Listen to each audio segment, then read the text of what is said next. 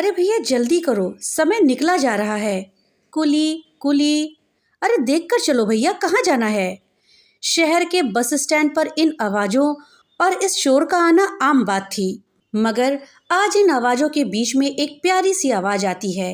भैया, एक टिकट देना और ये सामान भी बस के ऊपर रखवा दीजिए।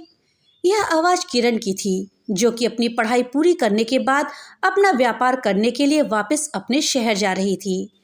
तभी एक आवाज़ आती है, किरण जरा रुको।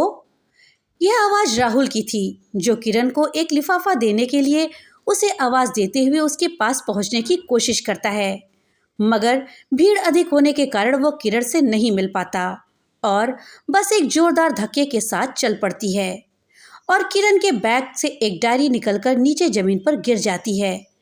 राहुल डायरी को उठाकर बस को जाते हुए देखता रह जाता है। बस उसकी आंखों से गायब हो जाती है। वो डायरी में लिफाफा रखकर दोनों को अपने साथ लेकर वहां से चला जाता है। 2 वर्षों के बाद किरण वापस उसी शहर में अपने व्यवसाय के लिए आती है।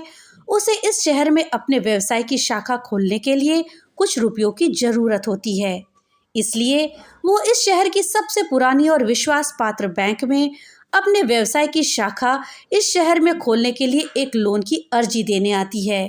वह बैंक में मैनेजर के आने का इंतजार करती है। इंतजार करते हुए वह बैंक मैनेजर के कक्ष में चली जाती है और वहां रखी हुई कुर्सी पर बैठ जाती है। कुछ ही देर बाद राहुल बैंक में आता है और अपने कक्ष में दाखिल होकर अपनी कुर्सी पर बैठ जाता है। किरण उसे नमस्ते करती है।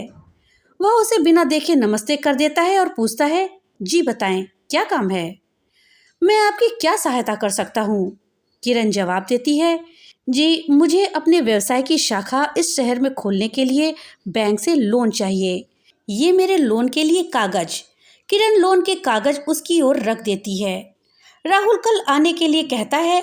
किरण कहती है, जी ठीक है, मैं कल आती हूँ, और वहाँ से चली जाती है।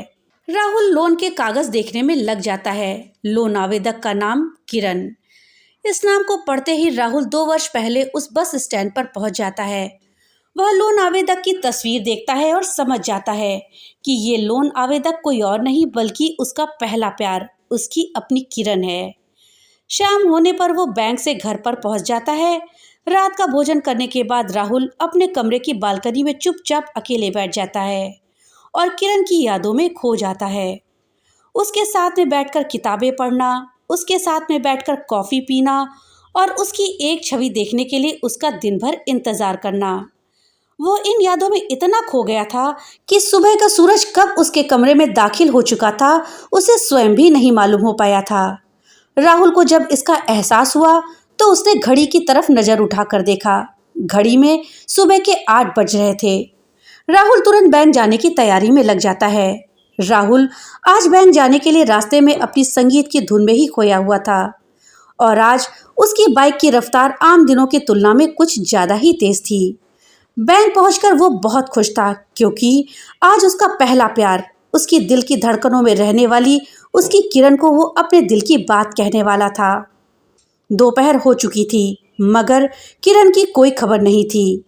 उसने लोन के कागज में किरण का नंबर निकालकर उसे कॉल किया, मगर लगातार घंटियों के जाने के बाद भी उसने कॉल नहीं उठाई। राहुल को बेचैनी होने लगी थी, इसलिए वो वेरिफिकेशन का बहाना लेकर बैंक से किरण के एक लोन के कागज में बताए गए पते पर पहुंच जाता है, मगर वहां ताला लगा हुआ था। आसपास में पूछने पर पता चला कि किरण का एक्सीडेंट हो गया है। वो तुरंत अस्पताल पहुंच जाता है। वहां पहुंचने पर डॉक्टर उसे बताते हैं कि उसे खून चढ़ाना होगा। ब्लड ग्रुप किरण के परिवार के किसी सदस्य से नहीं मिल पाया है। डॉक्टर राहुल का ब्लड ग्रुप चेक करते हैं। ब्लड ग्रुप मिल जाता है। किरण के होश में आने से पहले राहुल जा चुका था। किरण के बिस्तर पर एक डायरी रखी हुई थी जिसमें राहुल का लिखा हुआ एक लिफाफा, उन दोनों की तस्वीर के साथ गुलाब का एक फूल भी रखा था।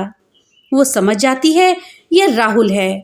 मन ही मन वो भी राहुल से प्यार करती है, मगर कभी इजहार करने की हिम्मत ही नहीं कर पाई थी। कुछ हफ्तों तक वो बिस्तर पर ही आराम करती है। राहुल हर दिन कोई बहाना लेकर उससे मिलने आ जाता। किरण को भी ये बहुत पसंद आता था। किरण स्वस्थ होने पर बैंक पहुंचती है। राहुल उसे स्वस्थ देखकर बहुत खुश होता है। उसके लिए चाय मंगवा लेता है। वह उससे लोन की कार्यवाही के बारे में बातें करने लगता है। बातों ही बातों में किरण उसे लिफाफा देते हुए कहती है, यह आपके लिए है। राहुल लिफाफा खोलता है, उसमें लिखा होता है, लिफाफे का गुलाब और लिफाफे में दिल की धड़कनों को लिखने वाला। दोनों ही बहुत प्यारे हैं, मुझे दोनों से ही प्यार है। व्यवसाय लोन की किस्तों के साथ में होम लोन की किस्तों को भरने के लिए मैं तैयार हूँ। तुम्हारा पहला प्यार, तुम्हारी दिल की धड़कनों में रहने वाली तुम्हारी अपनी किरण। ये थी अनुराग उपाध्याय जी के द्वारा लिखी कहानी लिफाफे का गुलाब। कहानी अगर अच्छी लगी हो तो लाइक और ज़्यादा से ज़्यादा शेयर करिएगा। और हाँ, अगर चैनल पे नए आए हैं तो चैनल को सब्सक्राइब करना मत भूलिएगा। और अपने विचार हमें कमेंट बॉक्स में लिख करके जरूर बताइएगा। तो मिलते हैं अगली एक नई कहानी के साथ, तब तक के लिए बाय बाय।